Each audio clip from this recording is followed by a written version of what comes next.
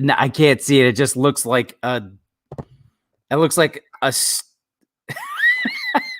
a stupid neoliberal hat that makes fun of "Make America Great Again." My screen is really small. It says "Made you look. Black Lives Matter." Okay, that is the best one I've seen or heard of. This was a Christmas gift, and okay, that actually makes a little bit better that you didn't actually spend money on it. Well, I wanted to spend money on the "Send Us 1,200" again. That's a pretty good one too. That's good. I mean, essentially, we're paying for it anyway, so who gives a fuck? Oh, exactly. It's our money. So, but was it like the red with the white stitching too? Yeah, they were all the same. Okay, yeah. Yours is pretty good. So, I like it. But okay, so so I'll tell you the time, like where we get to, because I could probably get us kind of deep, and then I have things to say like off the cuff. Okay. Man, I might be able to take us home too, because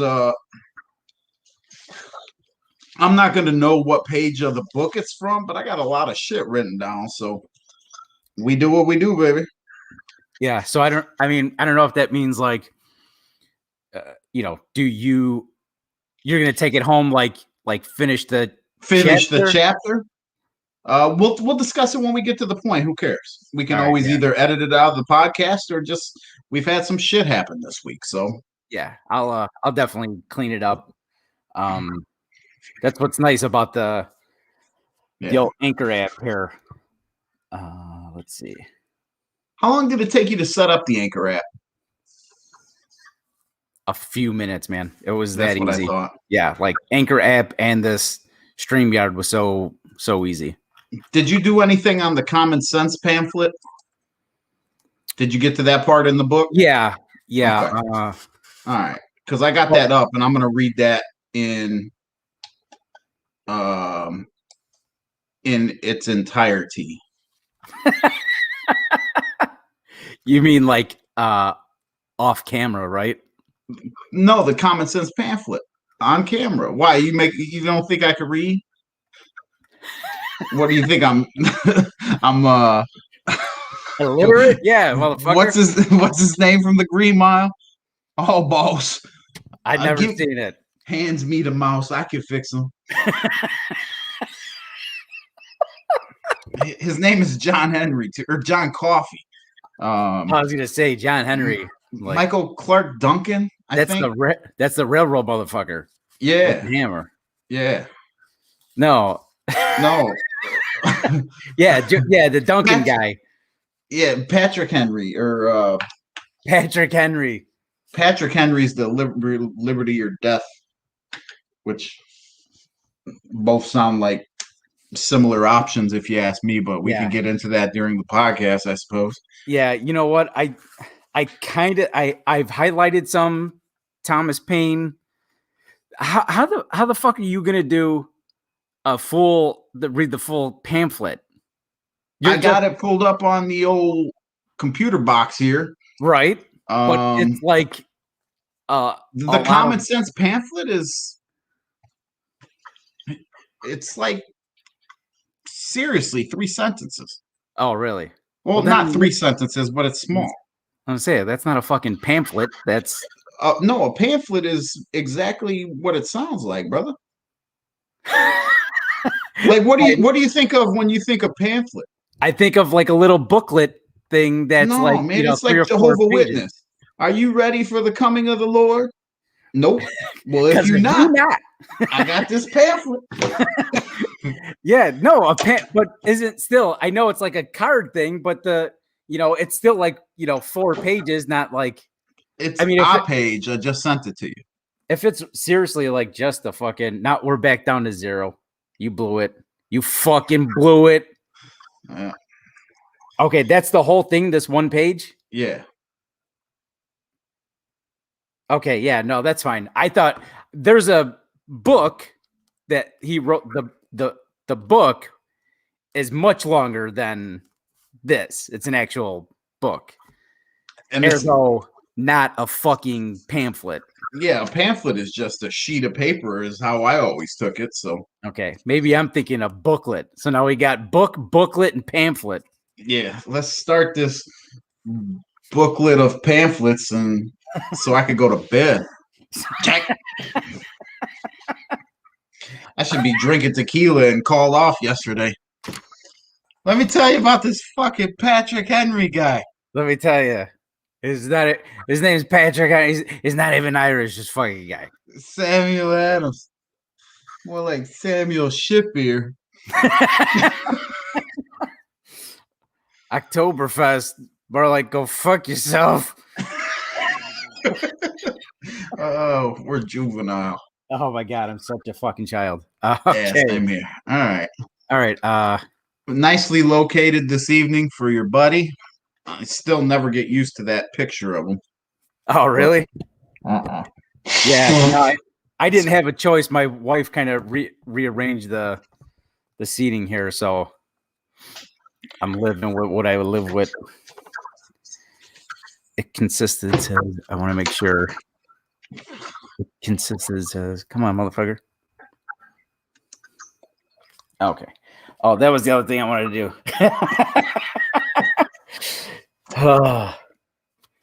One day, if you ever got bubbles, I would fucking lose my shit. I know, right? Grab him by the pussy, ain't it? Oh. Let's see. Fucking guy. This fucking guy. Fuck you, you fucking guy, you motherfucker. Motherfucking guy, you. Any viewers? No. Perfect. Makes it all worthwhile. Yeah, it's like, how are you going to know what's going on if you jump in the middle? I hate my friends so bad. They suck so hard. Girl, same. Girl, same. I should have went and got a pedi. I went and got a massage. I don't even want to hear about it, especially the ending. No, that's like the most useless thing. This needs to be in the podcast. The happy ending is the most useless ending of all time. And I'm talking like even worse than the Titanic, because you know what's going to happen. But what do you need some uninterested party sitting there just like, what if they are interested? well, then it doesn't have to be just a handy. Welcome back to Revolutionary Roulette. I'm Rob Zielinski, and you can find me on Twitter at Rob Zielinski. That's ZIELINSKI. Follow the show on Instagram at Revolutionary Roulette, or email the show at revolutionaryroulette@gmail.com. And I'm joined, as always, by my co-host, Mr. Joshua Catlow. Good evening, ladies and gentlemen. You can find me on Facebook at Joshua Patrick. Same with Instagram at Joshua Patrick. And you can find me on Twitter at Joshua Catlow, making extraordinary puns on why Charles Leno will not be able to hold on to his next job and will probably have difficulties with oh man, and I spaced on the Who is illegal Charles procedures. I was arguing with people like such a bad move. And it's like, get the fuck out of here. Who's Charles Leno? The left tackle for your Chicago Bears. Oh God. Okay. Yeah. I woke up this morning. Chuck And Leno. nobody cares about this, but I woke up this morning and the first article I see is woman eaten by bear. And in whatever, and I just commented, Bears. I thought you were gonna say something like, "Damn, Camille Mack hungry." Somebody commented like, "That's so immature. Somebody just died." I was like, "Give me a fucking break." She probably earned an Oscar for it, and that's more than any of us have ever had happen because of Leonardo had to fight a Yeah, bear. Hugh Glass. Every other movie he's ever been in ever is better than that flick, but whatever. You got to get the call right at some point. So last week we left off with the highly organized, long-lasting social movements of the tenant riots in New Jersey and New York. They were rebelling against the rich landlords, but most of the actual landlords were in England. So a lot of the anger was directed at the farmers who disputed, who least disputed the land from the uh, English landlords. And we can tell from the theme of the subject matter and experience, but know for a fact that the riots were a fight between the rich and poor, thanks to witnesses who attended a trial of a rebel leader in 1766 New York who couldn't even be defended by an attorney because they were fucking poor and couldn't pay legal fees. And also very possibly, it was very possible that a rebel couldn't find an attorney to defend him before the lopsided ass courts, as we discussed in a previous episode.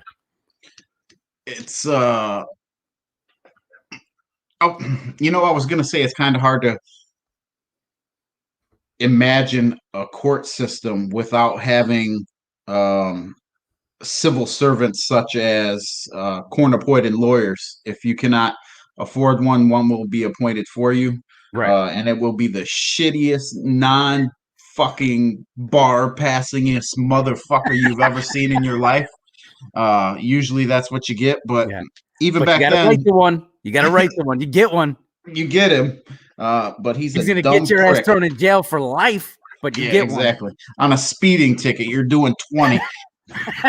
And I'm not talking miles over. I'm talking about years in prison. So there's poor laborers complaining to the British about the poor laborers.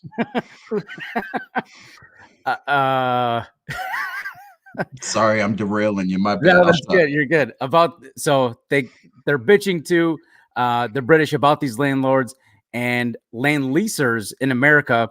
So now it's creating the sort of triangle of conflict between these poverty-stricken folks, the colonial leaders who are trying to create a movement for independence from England, and England. And Parliament. Which it included not the Parliament, included the monarchy and like the profit-hungry merchants. Me scusi. So for those of you who joined us this week and listened in from last week, we're going to finally pay off the teas and discuss the regulators. I have nothing on this, by the way, because I thought we discussed it. I apologize. So you're going to have to carry us on the regulators unless we start talking about Nate Dogg and Warren G. All right. Well, you'll know when to jump in here. So I fucked up and I said that they were from the Hudson Valley, but they actually hail from North Carolina.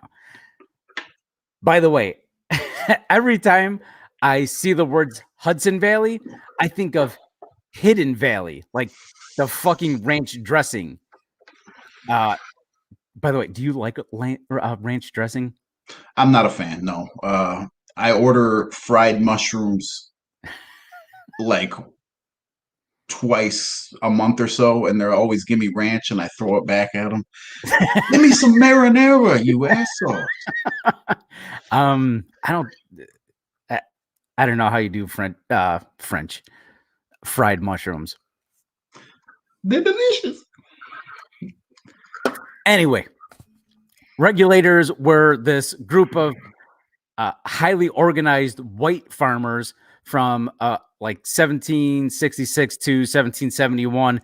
They were an authoritative movement who went up against the corrupt elites, and it consisted, says Marvin L. Michael K., a specialist in the history of the movement, of class-conscious white farmers in the West who attempted to democratize local government in their respective communities. The regulators referred to themselves as poor, industrious peasants, as laborers, the wretched poor, oppressed by rich and powerful designing monsters. So basically, the regulators recognized from the jump that North Carolina was being ruled by the few people who possess the combination of political power and wealth. Our continuing theme from last week and the week before. Probably going to have more discussions about this, but just for one more tease for the folks out there, we're going. I want to bring up some possible options for how to take direct action when we're talking about class war, class consciousness.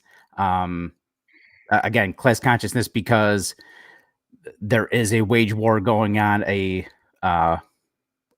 and we just need people to just realize it that war is being waged against them, and they have no fucking clue.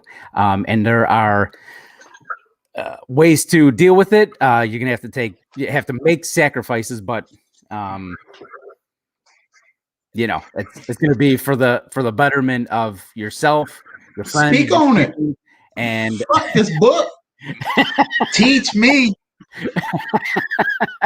And just for all of your the citizens, all your countrymen, I suppose. And then it goes further from there. Like, we're not just, nationalist country. Like, there's a whole international community out there that we should be trying to take care of. So, such a long ass tease, but we'll get there in a bit. All right. So, any questions? Prestige worldwide. Why? Okay, so the tax system was just completely lopsided and was especially oppressive on the poor, and the lawyers and merchants were in the courts harassing the farmers trying to collect debts, which is just fucking despicable. But so the thing that drives me insane is that they never can look past the present and towards the future and realize that these farmers are going to be needed somewhere, somehow down the line. Right. Never even managed to sink into their psyche. Right. Yeah. Or if it did, they didn't give a fuck. We'll find other farmers or whatever went through their head. They weren't trying to be civil to their fellow brethren. I know that's a theme for the first ever of the United States, but yeah, and even prior. But take it away. Continue. So I just want to read the quote from Zinn here. They're obliged to pay a tax which they believe went to enrich enrich and aggrandize a few. I'm going to cut that out because I can't fucking read. So there's nobody on the phone or on the video. So 15 minutes in, quote, obliged to pay a tax which they believe went to enrich and aggrandize a few who lorded it over them continually. And from all these evils, they saw no way to escape. For the men in power and legislation were the men whose interest it was to oppress and make gain of the laborer. Always just so fucking concise, and I love it. But this was actually the account from one of the regulators. I think along the lines of Zinn's thoughts, just goes to the same thing I already mentioned. It's just like there's no outside thought. It's strictly what can you do for me now, is how I feel about that. Right. And it's like if you fucking chase off all of the workers and laborers and make them all unhappy, like who else are you going to have making the shit that you enjoy? See, we've talked about their fear of rebellion. We've talked about their fear of the American Indian. We've talked about their fear of the white indentures, the blacks, and the American Indians all coming together. Yet they still don't have any ounce of compassion or sense to try to be cordial, civil, are all horrible words. Uh, Right. but they don't have any sense to try and keep the help, if you will, um, in an honest position. And by honest, I mean an interested position. Like, this isn't the best. I know I hate it, but I'm here. I'm gonna make the best of it, type thing. Yeah. And um, I'm not saying that because I think this was a good thing. It's just they had obvious opportunities to make amends with some of their uh, employees and never took advantage of it. Right. So, and keep in mind that the regulators, they didn't represent black slaves or indentured service. So just an FYI for the listeners, in case you're wondering, they organized themselves to prevent the poor from having their land and homes confiscated due to tax delinquencies and the unjust taxes on the fucking poor. So the regulators petitioned to the government, but that never fucking works, never has, never will. And all it does now, like nowadays, is put you on a fucking email mailing list, so they can bug you about donating to a political party or some shit. Like I totally signed up for like a Bernie thing, and then weeks later, I don't know how it works, like if they fucking sell it or whatever. But then I had like, oh god damn it, what's the group? Maybe it's just like the DNC. But I read an article today that the DNC in the first 100 days of Biden's presidency made 15.4 million from donations. oh my god, okay, yes, and I mean that makes sense. That could be like a recurring, donations thing for like people like me who donate, pick like a donate to Bernie one time, like that, the $27 thing. And for me, I didn't think of it as a donation, right? I was almost investing in the future, should he win and get some progressive uh laws. But I digress. That might be the funniest word we ever hear throughout this podcast, progressive. Because there's not a thought in this motherfucking book that's progressive, or at least on the side of right. It depends on where you're government. sitting. Like on the side of big government. Yeah. It depends on like how where you're sitting on the Overton window. Like if you're current day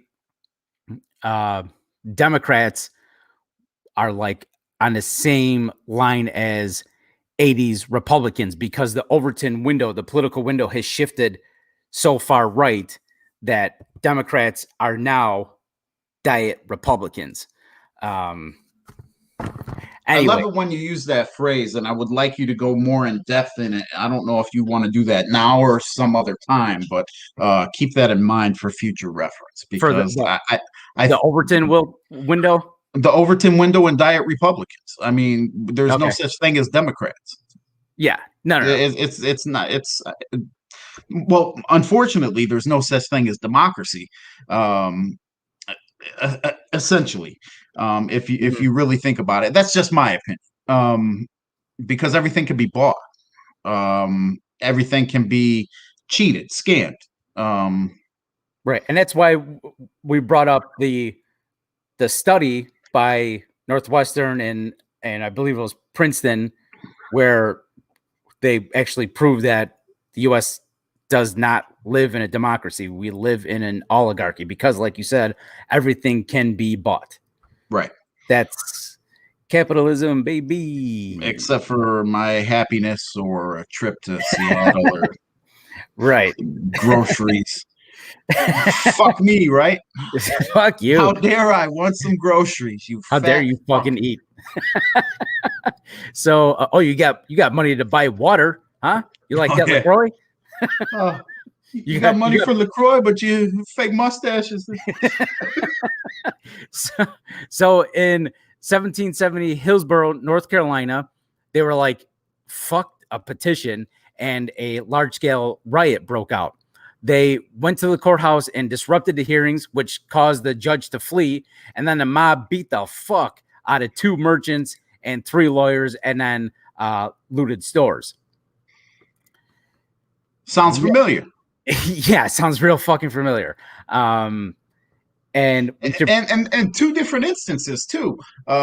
You could talk about it in the terms of the protests against civil unrest and civil injustice, or you could talk about it in terms of the, I don't want to say attempted to, the successful coup on January 5th, 6th, where a bunch of crackers went in and put their feet up on the desk like they own the fucking place. Yeah, I mean, I don't know how successful I would call it. Like they successfully broke in, right? And they successfully put people's lives in jeopardy and scared the shit out of them where they're hiding under desks. I don't know what they were set to accomplish. That's my point. Is what was the end game? They were just the end game was just to be like, we could do what the fuck we want because our fearless leader is standing on a platform 6 blocks away telling us that we could do anything that go march towards the White House. Bring the right, but if I ever see that motherfucker, I'm hitting him with a 9-iron right up his ass. I don't care who's listening. My point is, they really didn't accomplish anything besides having more fucking National Guard, hang out there for months on end because they breached and got nothing out of it. There was it was like, we're in here. What now? Like one girl sent some documents to Russia and that was it. One guy took, well, there was 4 innocent lives that innocent. I can't say that. Yeah, I hear you. 4 lives lost. 2 of which were by suicide of, excuse me, too much carbonation. 2 of which were by the security guards that worked. And just the fact that we're going way off the rail with this in comparison to the book, but maybe this is the week we need to do it. Just in comparison to when Black Lives Matter or people that are just, forget about Black Lives Matter, people that are just tired of bullshit when it comes to the political injustices, police not being held accountable. The similarities are ridiculous. So you have riot gear yielding police officers in both situations. When it's the blacks and their comrades, if you will, petitioning for equal justice, equal rights, tear gas and every means necessary are used. And these fucking people are out of control. Look at them. But in the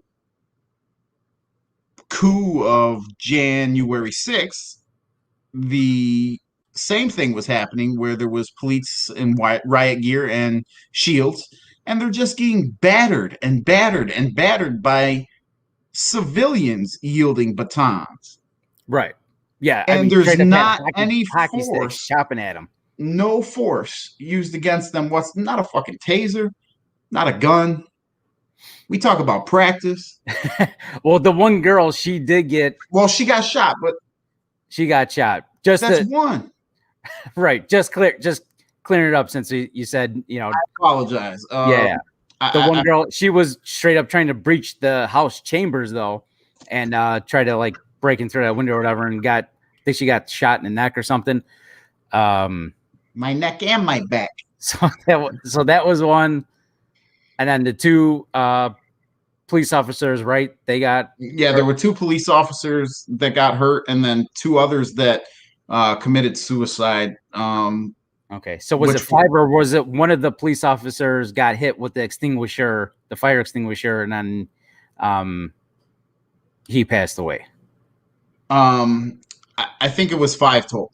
Okay, maybe it was 5 total then. Sorry, I derailed us again. No, it's all right. And I get worked up. Yeah, exactly. So, but we can keep going with this for a little bit. So, when to tie it in a little bit, when you're not giving people a decent chance to live, I mean, they're hardly surviving. They're definitely not thriving. What are they supposed to do with that energy? Like, it's just this anger that's building up because you're not even giving them a chance at life. So what are they supposed to do with that anger? Are they just supposed to keep fucking taking it and just, you know what I mean? Like, you just take the fucking all life? Like, no. And the funny thing is you speak of anger building up, and that's happening on both sides. Like, for some reason, police consider the actions of protesters to be criminal misconduct, even if it's peaceful protests. Right. They don't take into account provocateurs. They don't take into account anything outside of what you're protesting against. And they take it as a direct offense to themselves. In all fairness, I guess maybe they should. But right. I mean, if it's your, prerogative to protect property over people, that's your prerogative. If I learned that was my job, I think I would quit. I wouldn't do that job. I'm choosing people's livelihood over private property every time. And I mean, once again, they're civil servants, and they're trained a certain way. And in most cases, they're trained to eliminate threats. And there's a lot wrong with how my next comment, I can hear people speaking in the back of my head after I'm about to say it, because I haven't walked a mile in their shoes. So I get it. But there's a lot wrong with the way that police are trained. I mean, you could say that. It doesn't take me to be a police officer to make that comment. Right.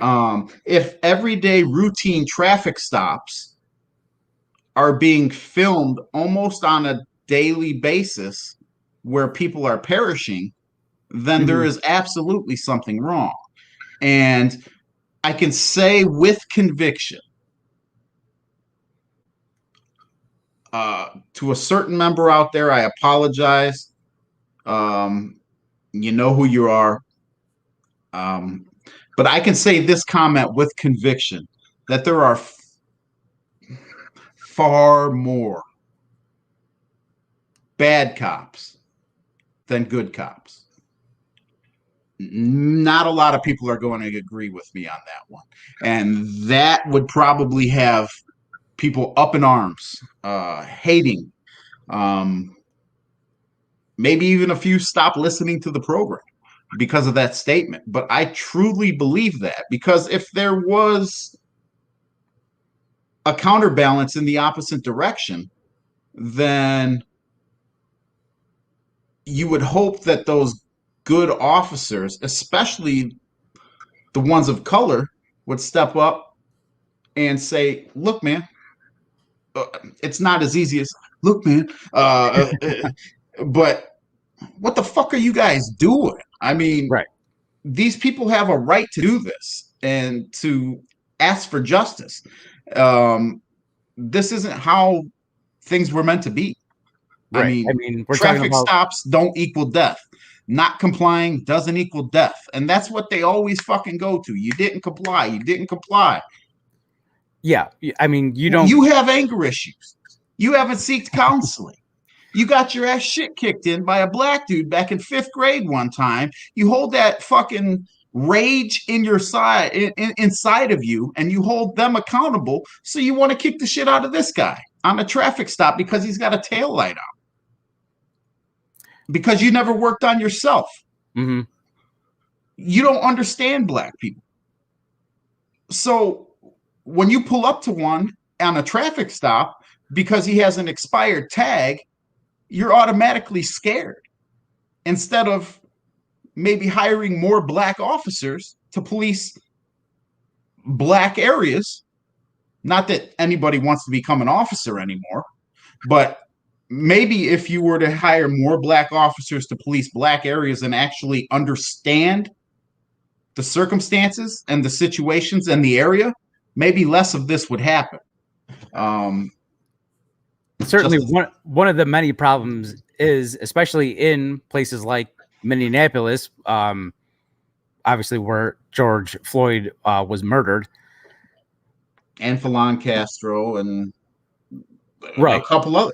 Right. One of the main issues is they're hiring people, mostly white cops, to come and police communities that are not theirs and go to the black communities to patrol. And there's, there's so much more to talk about. Like there's just like a direct studies show direct correlation between crime and poverty. If you living in poverty, squalor, you're fucking food insecure, housing insecure, your education shit. You don't have fucking, parental help. You're desperate. You're going to do desperate things to survive, to stay alive. You're going to rob a fucking liquor store because you don't have fucking money to feed your family, or whatever the fucking deal is. So like there is a direct correlation. Look at the studies between poverty and crime. Or sell drugs, which the government does to fund wars and put even more money into their pockets. I get it. The government doesn't sell meth or crack cocaine. That was their job back in the Reagan era. Right. But not by the gram anyway. Yeah. Exactly. But it's just outlandish to think that people get upset when black people speak up for themselves. Unbelievable. It is unbelievable. A lot of the issue is not knowing this history that we're trying to go through now. A lot of people don't know, or just didn't realize all of the actual history. Like people, we just had a fucking, I think it was a senator, or maybe it was a House rep, but they said like there was nothing here when we got here. It was like, yeah, sure, there was a couple, Native Americans, but not much culture. And it's like, motherfucker, we committed the European settlers committed genocide. They killed as many Indians as they could and stripped them of their culture. That's why there's not much Indian culture. They fucking subjected them to the reservations and stay the fuck there, and that's it. Like, how fucking ignorant are you? Like, we stripped them of everything. Right. Later in this chapter, if we eventually get there, because I've taken us to a whole new level of tangent, it was offered $40 for every male scalp that was brought back to the British government, and for every female or child under 13, Yeah. 20 pounds, 40 Right. and 20 pounds, respectively. So, yeah, we didn't do it. No big deal. Yeah. No, So no there, big deal. nobody was really here when the white, European settlers got here. We Also, can't say ocho. I'm not sure if this is like a myth or if there's some truth to it, but apparently, like the racial slur redskin Mm-hmm. um, possibly comes from what you just mentioned, the scalp. When they didn't just like shave their head, they peeled their fucking scalp off and it That was would make red, sense. so they were calling them the redskins, and may not have been a direct derogatory term for the color of their skin. I would think that would make 10 times more sense, considering American Indians, outside of their straight hair and other facial features, look more Latino Right, than they look like Latinx, like brown skin, and they're exactly. out in the sun. Yeah. I'm Cuban, B. Ah, yes, Cuban B. So again, what are people supposed to do with that anger and that energy? And sometimes they feel like they need to take back what's theirs. So, there's, going back to the looting back in 1770, they're like, we're the fucking laborers. We made all this shit. So they're going into the stores and just cutting out that middleman and, taking back what they produced. And the other thing is, what are you supposed to do with the energy when people keep getting killed? And it's unarmed white people and black people. You hear arguments of like, well, police are killing more white people than black people. Yes, they are. First of all, that's not the best argument you fucking think it is. Two, it's only because of population.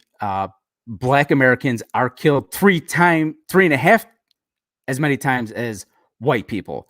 So they're disproportionately uh, murdered more by the police. So keep that in mind anytime you're having an argument with somebody. There So was a you point in time that I thought this might have been a hobby of officers during quarantine. That I'm fucking bored, man.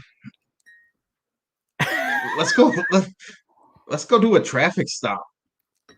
And I know that's nothing to joke about, but for fuck's sake, man, it was every week or every other week there was somebody losing their life right. for No, I'm something simple, and most of the time it was because of a lack of communication. right. And I actually think you're 100% right. I don't know if it's like necessarily being bored, but I think it's part of the job is to straight up like patrol, but you're not patrolling for like the safety of the people to see if there's like crime going on. You're patrolling people in their vehicles to see if their tail lights out, if their tag is out, if their city stickers expired. Your And profile. right. And that's what we were talking about earlier this week, that things like that is like, it's basically a fucking poor tax. Like, didn't have money to renew your tags in time because you felt like eating that week instead of buying a fucking parking sticker. Mm-hmm. And, that happens to be the week you get fucking pulled over because your tags are expired. Now it's just, it's a punishment on the poor. It's taxing the fucking poor because that's not a rich person law, right? They're gonna fucking whatever. I'm a fucking millionaire. I'm gonna pay this $50 or $75 and be on my fucking merry way, or I'll let them all fucking rack up. You could throw the boot on there. I got fucking 15 cars in my garage. It doesn't fucking matter. It's a fucking poor tax. And the fact that, so I go to write my check for this $60 ticket I just received, and I don't have it in my funds. So the bank charges me a $35 fee plus the 60 that I bounced. And all of a sudden I got to create 90 some dollars just to be broke. It's a fucking poor tax. I mean, straight up the next, I know they're going to somehow try to say it's the fucking Clean Air Act and we need to fucking tax the air you breathe. It's coming at some point. I wouldn't doubt it. And nothing is surprising anymore. And don't get mad. I can't. I know it's frustrating as fuck because we're also like trying to like, this podcast is just is about trying to like engage with people, enlighten them with some of the things that are going on that they may not be thinking about, things they've never heard of in school. And that's why we want to get more eyes and ears on this book. So, I mean, this is all about love and we're trying to help each other out here. So there's going to be things that we say about people who are to the right of us politically. And we're actually saying it. We're saying these things from a place of love, not of like character assassination, not of like, I'm at least like trying not to do it out of judgment. So we're trying to have a conversation and we're going to ruffle feathers because not everybody thinks like me. I'm further to the left of you. I was just making fun of your stupid neoliberal hat before the fucking podcast started. So we're always going to ruffle feathers, especially when it comes to discussions about policing, because the current policing cannot be reformed. It has to be completely knocked away and then like rebuilt. And those few good cops that you've talked about, they would be the ones we would want policing because they're not hateful people. They just want to patrol and, not fucking pull people over for expired tags and shit. They want to fucking actually keep the community safe. The current system as it stands cannot be reformed. I see posts. God damn it. I don't know if I should go here, man. No, I mean, I hear it. I have to go here. I see posts from the wives of police officers. And for instance, there was a police officer who unfortunately lost his life in a wellness check. And I'm not sure of the details because I didn't click on the article to read about it. But he went to do a wellness check on, I believe it was an elderly couple, and ended up turning out that people in the inhabitants were not well and ended up taking the officer's life. May he rest in peace. And then I saw posts from 3 to 4, maybe even 5 police wives stating something as simple as a wellness check can lead to my husband not coming home at night. I feel for that. I seriously do. I really do. And I'm not a big fan of, I don't want to say police. I respect the work that you do because it takes courage. It takes a lot of things. It takes a lot more mental stability than most of you guys out there right now, but I digress. So for the wives out there that are posting something as simple as a wellness check, What about something as simple as running to the bank or getting their son a Dairy Queen or stopping at the Jewel or just walking outside can lead to your life ending. So I get where you're coming from. It's a dangerous world out there, no matter who you are. But because an officer lost his life on a wellness check and black people can lose their lives on a bike ride or a jog or anything. If the police would have been called on that man in New York City in Central Park that was bird watching, I would have probably put money on the fact that he would have been roughed up in some shape, form, or fashion because it was a white woman that called the cops. And that's an educated guess, unfortunately. The police officers are going to say, no, it all depends on situation to situation. Well, that's fucking bullshit. That's not the case. Because if it was situation to situation, there wouldn't be as much. We wouldn't have as many issues going on right now. But so for all the women of the thin blue line out there, I feel for you. I really do, because it takes courage to do what they do. But broaden your horizon. Think about how it is for a black person or a just an average person. Exactly, to just go out and do anything. And it doesn't have to be an illegal activity. It could be something as easy as putting gas in your car. We saw the army officer get pulled over and pepper sprayed because they couldn't see the tag because he just purchased the vehicle. Well, the tag is clearly in the upper right hand corner of the car from the body cam footage. But instead of just saying, he hands out the window, why am I being pulled over? Handlebar mustache big cock doesn't want to say anything. Get out of the car. You know what would have stopped that whole situation? Communication. Yeah. We're pulling you over because we do not see a proper display of a license plate. Officer, it's in the upper right-hand corner. This is a brand new vehicle. Okay. You may now proceed back to the station. Yeah. It's like cold beans. I'm out. Yeah.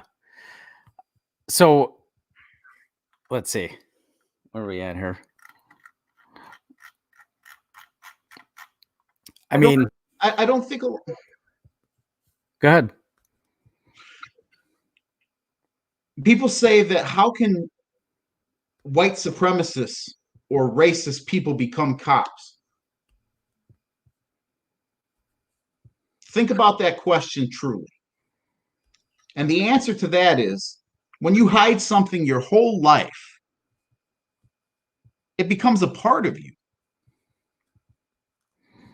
So for a white supremacist or a racist man to go try out for the police department and get a job as a police officer, it's not a shocking thing because they spend their whole life trying to fit in around everybody and suppressing their true feelings and hiding their emotions. So just because they say that it's a scrupulous test to get into to any police academy, any police municipality, you think they haven't practiced lying or blending in to make it look like they are not? They've been doing it their whole lives. Mm-hmm. The same reason why we can't ever stop a fucking mass shooting before it starts. They blend in. Right. I know if we have listeners, I'm offending them tonight. And I'm not going to apologize for that. Or you may not be, or people just maybe think, have never heard that perspective before, or they're like, you know, I have four I have 4 or 5 particular people in mind as I've been talking this evening, and I care for them all dearly. One of which I am still in contact with very frequently, the other of which used to be and grew up together, and then both of their families, in which I care about deeply because they both have kids and children. And anybody that knows me know that's why I do what I do. I'm going to miss out on the opportunity to become a father, but I'm sure as hell not going to miss out on the opportunity to make this world a better place for the kids and the people that do have kids. mm-hmm. So just because I don't see eye to eye with Officer A,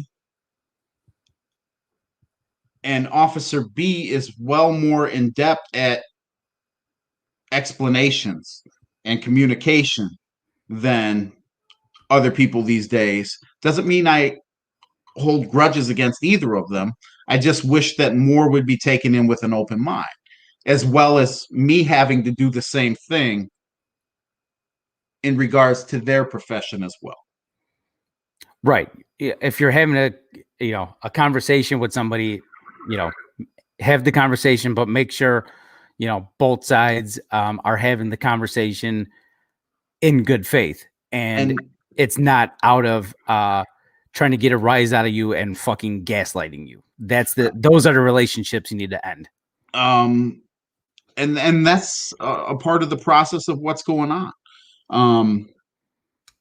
I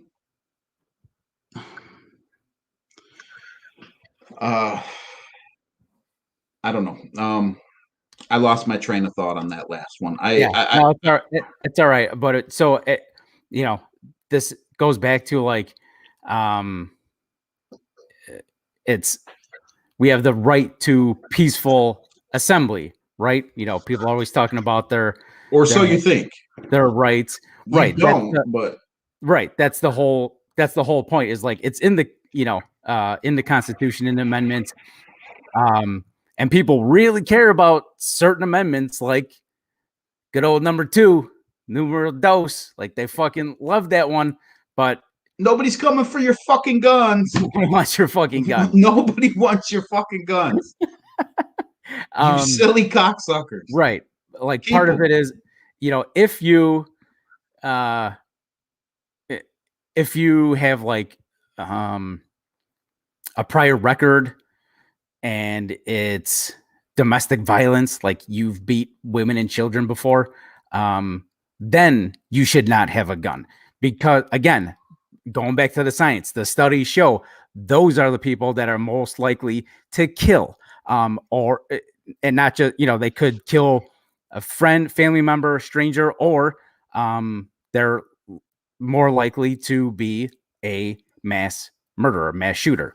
So, just got to look at the fucking science on these and these studies. The fucking information is out there. So people don't believe the information. People pull information from where they want to pull information. That's a problem too. Yeah, you gotta know, your sources. You really gotta dig through because, the biggest problem is people don't want to look at the mirror. Whether it's an officer, whether it's a crook, whether it's somebody on the street. When I'm saying all these things, I'm not giving carte blanche for every black person that does a crime to go ahead and say he's doing it because he has X excuse. That's the white man's fault. I'm not saying that at all. There's accountability in everybody's action and reaction to their situation.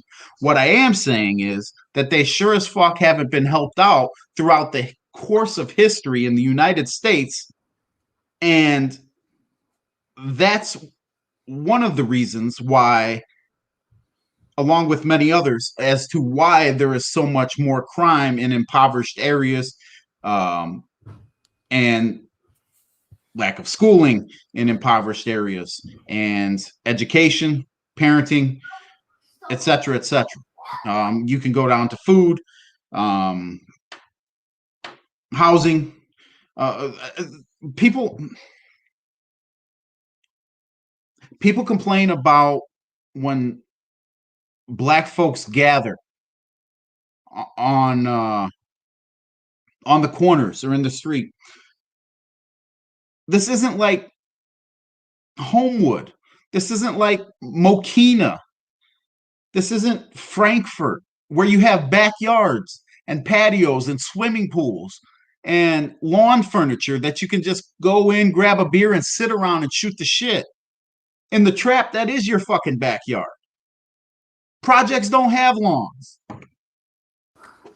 That's exactly right. We're talking hang about on the block. The urban areas and where That's their backyard. People are these poor people, mostly Black Americans, are shoved into these projects, and then they have nowhere to hang out. They have nothing else to do.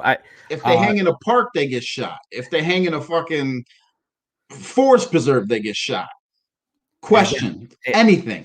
Yeah, again, it goes back to direct correlation between poverty and crime. So, I fucked us big time. It's all right. Hang on one second.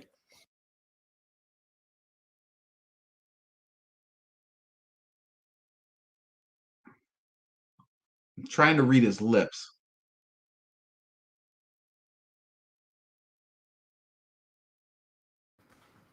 Taking care of the little guy. He's got a bellyache. Oh man. So hopefully he feel better. Yeah, he'll be fine. So yeah, it's totally fine that we're having this conversation and not going through the rust here. I know you have to get to bed soon. So I have a couple things to tie in here, and then we can finish. Please do, because these are the things I want to hear. I'm not saying that this book isn't important to me, but your opinions and these discussions are just as, if not more important to me. I mean, we both spent hours and hours and hours. This book is a 44-hour listen. I don't know what that equals in reading time. For me, Right. For me, it's like a decade. I know. I'm such a slow reader too. So going back to, we're talking about when you keep killing people, what are the people of the community supposed to do? And again, the cops kill white people too, but that's not okay either. The cops do not get to be judge, jury, and executioner all in the fucking same time frame. They enforce the laws. That's it. And then they fucking detain you and you are arrested. And then you go before the court. It's like, it's always like, tell it to the judge. But they don't see a fucking judge. They just get murdered. That's it. He's your judge and jury and executioner all in one, 3 for 1. So what do people have to do? What do they do with the energy? So it's like, I'm going to go, fuck it. I'm going to go burn down the fucking police headquarters or whatever, like they did in Minneapolis. Cause it's like, they're the people fucking murdering us. I'm going to ruin their place of work, where they can't fucking organize and continue to fucking kill us. One of the biggest comments by white people is always like, why do you burn down your own communities, you stupid fucks? You hear that so often when you have these protests. Continue. Well, right. Instead of burning down our community, we're going to burn down your fucking police station. Right. So, I mean, it does make sense to me when you're talking about people who are getting fucking murdered by these people over and over and over and over. And, yeah, I mean, sometimes the writing part of it, does go a little overboard because there was like an incidents where it was like they fucking rioters ruined like the lobby of a children's hospital or some shit like that. Obviously, that behavior is completely fucking unacceptable. But banks, Walmart, where they just made 200 billion more dollars over the pandemic. You know, Walmart, Target, like these fucking corporations, they get subsidized by the government and they're fucking all the workers all the time. So if somebody goes in and steals a fucking 50-inch TV, I don't give a fuck. I don't give a fuck. If they break the windows, I don't give a fuck. And then white people act like they're a part of the fucking Walton family when the shit happens. Like they have stock in Walmart or something. Like, oh my God, they just broke into the fucking Macy's and took I can't believe. Oh my God. The mannequin is now naked because they took the Gucci. I understand that it's fucking scary. It's fucking scary to see people breaking fucking windows and stealing shit. Like, it's scary, but you know what else is scary? Fucking people getting murdered because their fucking, their tags were expired, or they're, like whatever the fuck, like, or they weren't complying because they didn't fucking do anything wrong. They got fucking, like the other guy, I think it was in LA, Mario Gonzalez, cops kneeled on his back. He's a heavy guy. He fucking died. This just happened last month. Why the fuck are you kneeling on somebody's back still? What are you doing? Get your fucking head out of your ass. Exactly. I mean, you get neck, the other guy's fucking elbow, and he's a fucking big dude. Even if he's on his stomach anyway, he's gonna have a hard time fucking breathing. Now you got your full weight with your knee and elbow on him, and he fucking died. And then you get upset at Colin Kaepernick for taking a knee on a football field. Right. But you could put yours on a back or a neck. The fucking call got called in because he was drinking in the park or something along those lines. They're like, "Hey, buddy, you okay?" He was like, and he was just he seemed like he was a guy who was possibly mentally ill and had a few drinks, and they fucking killed him in the park. And it happens, it was a year after George Floyd. The phrase, no justice, no peace, you really need to think about that. The words are right. They're right fucking there. No justice, no peace. You really don't need anything else. And you're so up in arms or outraged just because it doesn't directly affect you doesn't mean that it doesn't. Oh, you're freezing up on us now. Doesn't involve you, because you should care. Just because you're in a community that is primarily white doesn't give you the right to just ignore the goings on of things that are happening in the inner cities and the well-being of others. I mean, right, are just happening on the other side of the fucking metro station. Exactly. So okay, we could move on a little bit. Similar related topics anyway. So we just had May Day on May 1st. Okay. May Day is also known as like the Workers' Day, International Workers' Day, Laborers' Day.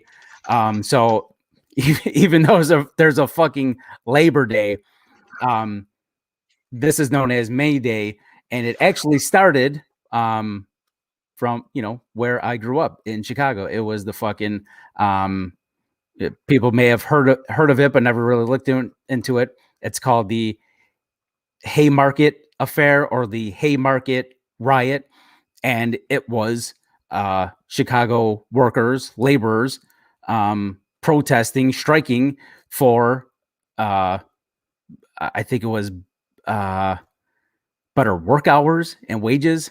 I want to say it was to go from like a 12-day to 10-day hour with increased wages. And the cops came and tried to fucking break up a peaceful assembly.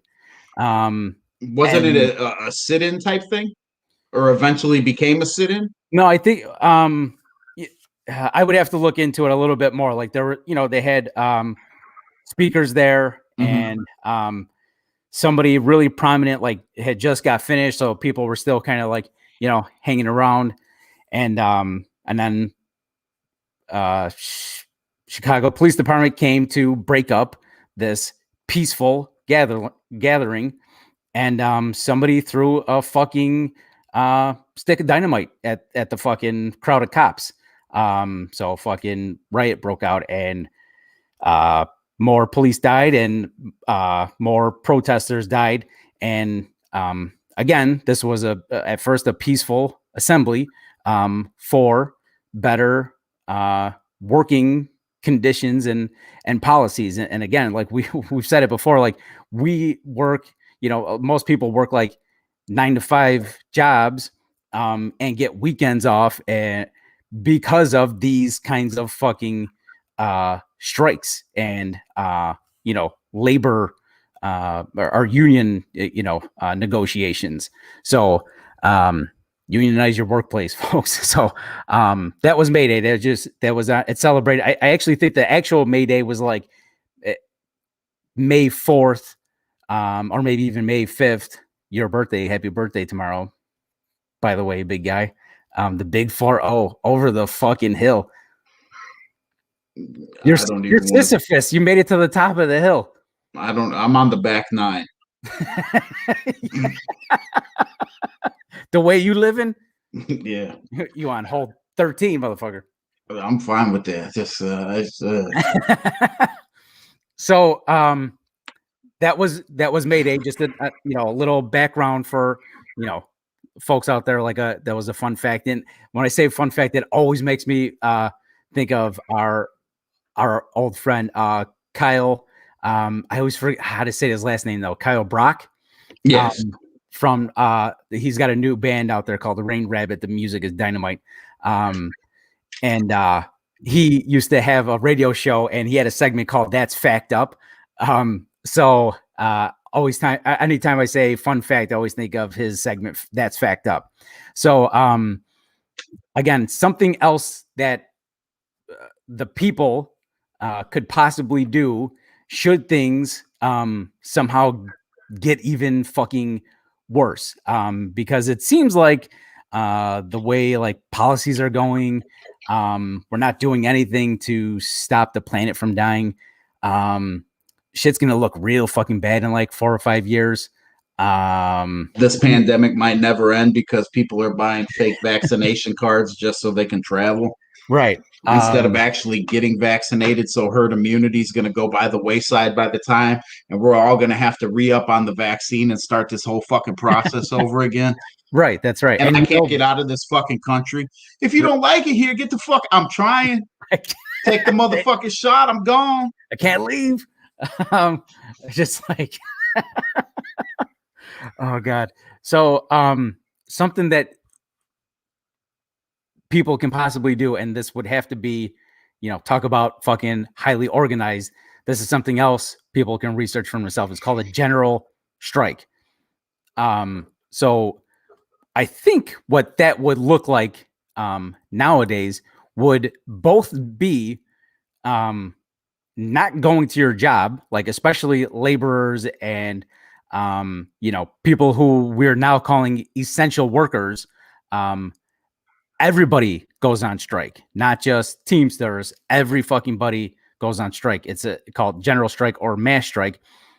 So besides striking from work, you also go on general strike by not fucking consuming anything. So we're talking about, 2 steps. So obviously you're going to need food, but otherwise you're not going to buy anything that you might need to buy, or let's say want to buy. Okay. Like if we were in the middle of a general strike, I wouldn't have bought, new flooring I would have, that's part of the general strike. So like hold whatever liquid that you do have, and corporations are going to be hurting. So again, it's all about, they want our fucking labor and our consumption. Well, we take away both. What do they got? Nothing. So it would have to be something. I'm not going to fucking organize anything like that. It's just, look at the, just go on fucking Wikipedia, go, search general strike, and you'll see all the ones that took place. Like Belgium had like 5 within like a 10-year span or some shit like that. And was it successful? Partially, yeah. I mean, you get the day off, so that's successful enough for me. Right. Yeah. I mean, that's why they had to keep going at it. They're like, we'll strike again if we have to, motherfucker. So, talk about like incrementalism, but, it seems to get the job done. But this all kind of goes in hand with the class consciousness, the class wars, the, May Days that we celebrate, the general strikes that have happened in the past. And this is part of why we're studying history, so that we have a better idea what we can or should do now. And also make sure shit like Nazi Germany doesn't happen again. Because, I mean, we have enough fucking books, and it's all fucking well documented. So you can't be like, wow, I did not see that coming. So... did not. This fucking guy. So, all right, we went way the fuck over. It's all right. Hardly covered anything. It's a 3-parter. It's a 3-parter. Where did we leave off here, so I can mark that down? Okay, so the last thing that I mentioned from the actual book was, this is how we mostly got on the tangent, was the regulators beating the fuck out of 3 lawyers and 2 merchants, and then looting the stores. All right. So we didn't cover shit today. We hardly covered anything today. We might have to make this like a fucking Patreon episode. Put it behind a fucking paywall. Start from the beginning. That's not a bad idea. And obviously it'll be free to people on YouTube. I guess I could always like make it private or something, but I won't do that for the fucking one that's watching out there. So whoever it is, thank you. Yes, thank you. So yeah, we're either going to call it a 2-parter, and we'll send this as like a separate fucking podcast episode, or we'll call this part 2, and we'll just have to finish in part 3, 3-part fucking chapter. Fair enough. I appreciate you trying to lead this podcast to a eventual successful place along the lines of the Howard Zinn book. However, Captain Derail, the new Marvel superhero, was in the house. So signing off once again, at Joshua Patrick on Facebook, and at Joshua Catlow on Twitter. We appreciate you listening and watching, and take us home, kid. Yeah, so that's it. So we'll go on with part 2 or part 3 of Howard Zinn's A People's History of the United States. Tyranny is Tyranny. And we'll try to record on Saturday. It says, what does it say again? Made you look, Black Lives Matter.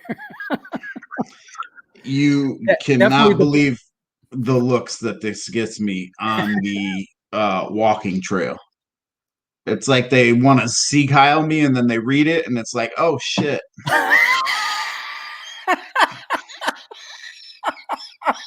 I did not see that coming. Oh, that was so good. Oh shit. I can't believe I wasted a good C Kyle on him. We wasted a good C Kyle on you. Oh, did you waste a good surprise on me? Yep. Fucking assholes. Oh god, that's too funny. All right, we gotta go. We're out. Goodbye. Good night.